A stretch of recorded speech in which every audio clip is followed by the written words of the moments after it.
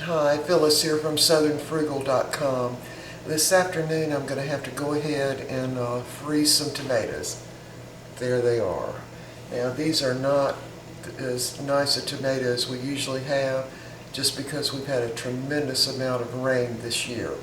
But there's enough here that I'm going to go ahead and freeze some because I use them in soup. And now when you freeze a tomato, they have so much water in them that it fractures the fruit. So really the only thing to do is just, freeze them for soups and things like that, maybe salsa and that. Now what I go ahead and do is first dip them in the boiling water until I can see the peeling coming off just a little bit. Then I just put them in a pan and let them cool until I can handle them and take that skin off, and then I go ahead and cook them all the way. So I cook them maybe another 30 minutes in a big pot. So first thing we're going to do is take the skin off, and you do that by just letting them be in boiling water. So I'm going to do my little ones first. And by the way, these are actually patio tomatoes, which I've never seen any that big, but that's what happens with all the rain. So I'm just going to throw all those in that I can get in. And it doesn't take but just a little while, maybe a minute or so in the water for the little peeling to start coming off. And I'll sort these and make sure they don't have any bad places on them when I take them out. I've already washed them because some of them had little leaves sticking to them and that kind of thing. So I'm just going to go ahead and get all these little ones in. Get that over with right to start with.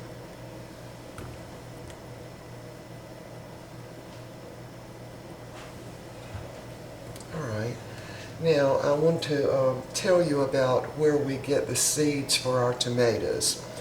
They come from a website called Tomato Bob, and I am going to give you a link to that website. Now, this year is really not an indication of how well these tomatoes do. I usually start my seeds in February and for sure by the 1st of March inside.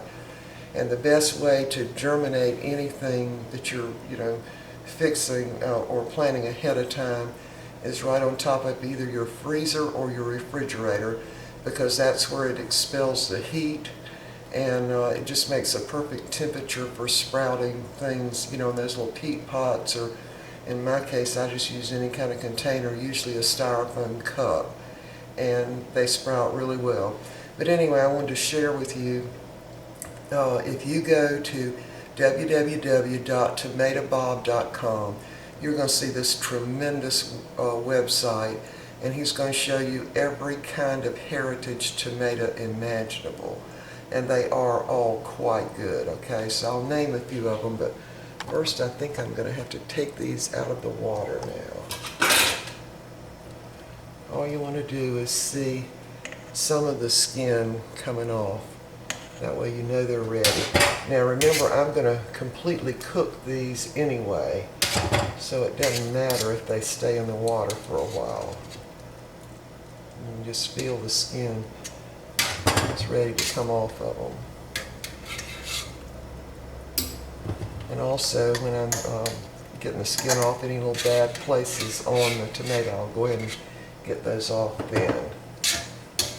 And I just use a strainer really to dip them out of the water. That seems to work pretty well. Now in the years past, I'll start telling you about the different types. One of my favorite type of heritage tomato is one that's called Brandywine. That makes a great tomato. It is a beefsteak, and it produces very, very well. Now some of these over here are Brandywine, but they did not get big this year because of so much rain. And I'll have to tell you, since I've lived in South Carolina, which was I think that we moved to South Carolina in 1976, I have never seen a summer where it rained like it's rained this summer. I mean, even yesterday we got a ½ inch of rain. So I guess I'm lucky to get any tomatoes at all. All right, I'm going to put some of the larger ones in now.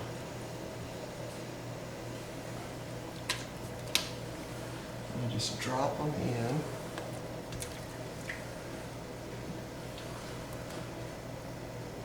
Now this looks like it might have been a Cherokee purple. See how small it is? In years past, I kid you not, they would be this big around and very meaty on the inside. Now I also this year planted, I think maybe 3 or 4 yellow tomato plants. And you see that? The yellow actually ended up crossing with the red tomatoes. This is supposed to be Livingston Golden Queen yellow tomato. It's more like orange.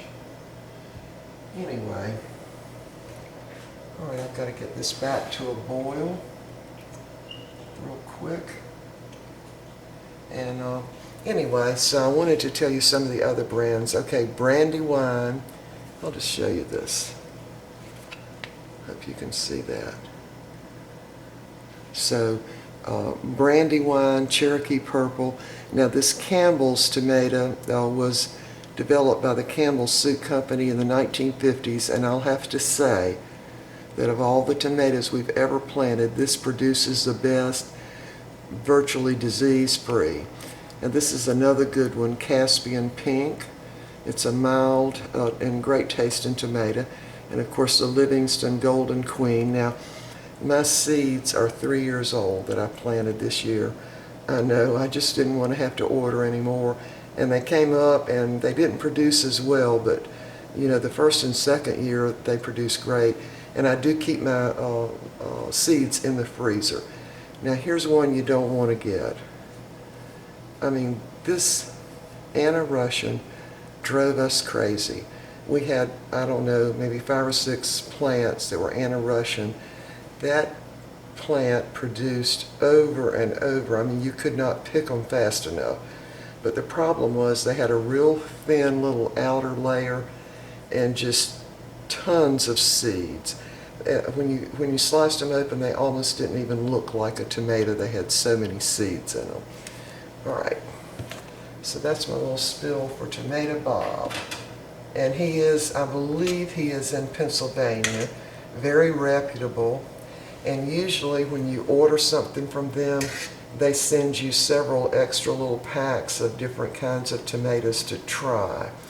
And one of the ones he sent me was, they were called Texas Wild, and I think they were a little patio tomato, but they got real viney, but they did produce a lot. Let me see if these are ready now. Yeah. See, all you have to do, if you touch them, you can feel that skin give a little bit. So what I'm going to do is pile up my little red tomatoes. And what I do, because I'm going to finish cooking these, you know, for freezing anyway, I just let them cool on their own. I mean, you don't really have to dip them in ice water and all that, because all I'm trying to do anyway is just get the skin off by dipping them in this water. It's not even really quite boiling, but it still worked. Now see, this should have been an all yellow tomato, but instead it's kind of orangey looking. And I do think that has everything to do with the rain. Now, here was a benefit of the rain. We hardly have any bugs at all in our garden this year. In fact, I don't even think the dogs have had fleas at all this year, and very few flies. So I guess that's a benefit of having, you know, all the rain we had to do with the garden. All right, I'm going to see if I can get the rest of these in. There's another one that should have been yellow. See that?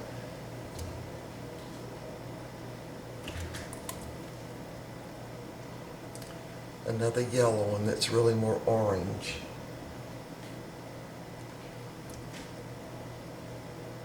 This one tried really hard to be yellow. It really did, but it didn't quite make it. So let's see if I can't just get all of these in this time. Now, I wanted to talk to you about one other thing. Now, I'm not sure if I've done a video on this, but I don't like to eat tomato seeds. So when I buy canned tomatoes and when I freeze tomatoes, I used to, in the past, always take the seeds out, or as much as I could get out. And what I found out was there's a component. I made myself some notes because I wanted to make sure I told y'all right. There is a component that surrounds the tomato seed, that little slimy thing. They call it a glutinous, kind of gooey stuff. And they have found out after many tests and trials that that works to keep blood platelets from sticking together. And it was discovered by a British scientist, and they patented it in 2009, I think. Anyway, this was in England. And so they started making a product called Fruitflow, and it's made by Swanson Health Foods, and I think I'll put a link to this on the website also. And the benefit of this was really quite a breakthrough, and I think they won a lot of awards for this. Now, you know, when any other country in the world discovers anything to do with health, here in the United States, we don't just jump on it. I mean, that's just the way we are. And so a lot of times things kind of escape us for years. So I was really happy to be reading about this. Now, the aspirin therapy, the United States Preventative Service Task Force, these are the people that say, excuse me, these are the people that tell us, you know, our children need to be vaccinated for this, that, and the other, and you need to get your flu shot and all this stuff. So what their new guidelines are, and this is for the aspirin therapy, the 81 milligram aspirin. Now, you know, I know the Bayer company and everybody else says, oh, everybody should take an 81 milligram aspirin. Well, the government says not so fast, because aspirin does have side effects, and one of them can be ulcers, and another can be a brain bleed. But of course your doctor would be the one that would need to determine, you know, the aspirin therapy that you needed. But what the aspirin does is it reduces the body's production of thromboxane. It's spelled Thromboxane. And that's a chemical that promotes clotting. And the way it does it is it causes your platelets to stick together. Now, this is of a benefit if you get cut and whatever and your blood clots. Of course, vitamin K is certainly also a factor in your blood clotting. But anyway, their new guidelines say women should take it age 55 to 79, and men age 45 to 79, and that would be the 81 milligram aspirin. Now, they determine that after age 79, the risk increases for brain bleeds and ulcers. So they're saying if you're over 79, you don't need to be taking an aspirin. So that's why when this British scientist discovered the benefit of that little glutinous stuff around a tomato seed, was a real breakthrough, and they won a lot of awards for this. But anyway, I'm not familiar with the company that produces this now. It's called Fruitflow, and it's made by Swanson Health Foods, and you can probably buy it in the health food store. But anyway, to make a long story short, from now on, I'm going to eat the tomato seeds. I'm not going to de-seed anything. Now, I'm also very guilty of buying the cans of tomatoes in the store that have been de-seeded. So, and you know, when you get salsa and all that, usually the only seeds that are in there are the seeds from the jalapenos. So, anyway, I wanted to share that with you about the, first of all, about the aspirin therapy, because our doctors didn't know this, either mine or my husband's. We haven't heard a word about it. And these guidelines, I think, were adopted, I'm not sure if it was this year or last year, but, you know, of course, I guess if you're 79, your doctor would probably know this. I don't know. But anyway, everyone doesn't need to be taking aspirin therapy. And, you know, the way it's advertised now, you know, you'd think, okay, if you're 20 years old, you need to be taking aspirin therapy. Probably not, because aspirins can cause ulcers, and the longer you take them, the more the risk. And also, if you're going to have any kind of surgery, you know, you always have to quit taking the aspirin. That's one of the requirements. Or even if, like, you were going to have a tooth pulled or something, they always ask, are you taking aspirin? And if you say yeah, then they'll tell you, I don't know how long it is, several days ahead of time, you can't take the aspirin anymore, because that would, you know, increase the risk of bleeding. So anyway, I hope that helps y'all. You might want to check out all of this. Don't just take my word for it. And so the other place to look would be the United States Preventative Services Task Force. They're the ones that determine, you know, what's good for us and what's not. Now on this Fruitflow, I think it's sold in the form of little capsules, and I think you have to take 3 a day is what I remember reading. And I think, and they're really no more expensive than, you know, regular vitamins are. So, but they just haven't caught on. And they say now they've done up to 8 types of studies on this, and they found that by taking this Fruitflow, your blood platelets don't stick together for up to 18 hours after you have ingested them. And it only takes an hour and a half to 3 hours before it's in your blood. So that would be ideal, you know, for taking that once a day, like with your regular vitamins.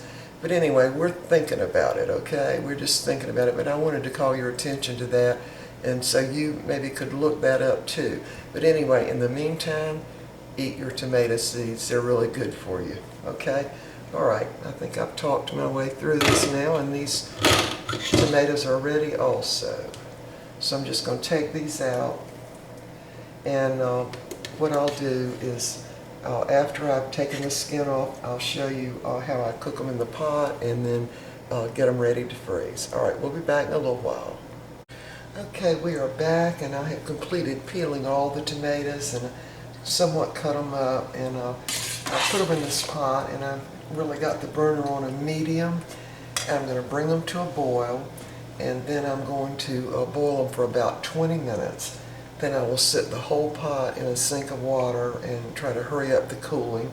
And once they're cooled, I'll just load them in the bag. So I'm not going to really, you know, do part of the video on that, but because that's pretty straightforward. But anyway, they mostly, you'll be able to use these for soups and salsa and that type of thing. But anyway, they will be fully cooked and cooled when I put them in the freezer. All right, now I wanted to just mention this again. You know, all that I told you about to do with the tomato seed and that glutinous stuff that's around the seed, I would love to hear your comments on that and anything that you've heard or that you know. Now I'm going to leave the, first of all, Tomato Bob's website will be highlighted in blue right down below in the description. And I'm also going to leave the website for this, it's called Fruitflow by the Swanson Health Company, I think. Let me check, make sure of the name of it. I think it's Swanson, yeah, Swanson Health Foods. And you can probably buy this product at the health food store. I'm just guessing now, I don't really know. But anyway, and the part about the aspirin, I'm going to leave the website for the United States Prevention and Service Task Force. And you can just click on that. Now they'll be in blue right down below, and that's always the way I do my website link too. They'll always be in blue right down below in the description of the video. So anyway, y'all leave me some comments and let me know what you think, because you know, my husband and I are just thinking about this now. Of course, we're still going to take our aspirin, but I think my husband goes for his checkup here in a couple of weeks, and he's going to ask his doctor about it. Now, what you want to bet? Our doctors have never heard of such a thing. That's just a bet. I'm just guessing that. But anyway, let me know what you think. Have you heard of this before? So if you have, leave me a comment and let me know, because I would really like more information on it. Okay, so again, with the tomatoes, let me just get back to that real quick. When you're cooking your tomatoes, I don't know if you've cooked tomatoes before, but you definitely have to stir them up from the bottom every once in a while, because tomatoes do have a lot of sugar in them, and they will definitely burn on the bottom. So you want to make sure you've got your burner on, I'd say no more than medium, and really probably medium low. All right, I hope y'all have gotten some useful information out of this. Sorry I talked so long. But anyway, we will see you next time.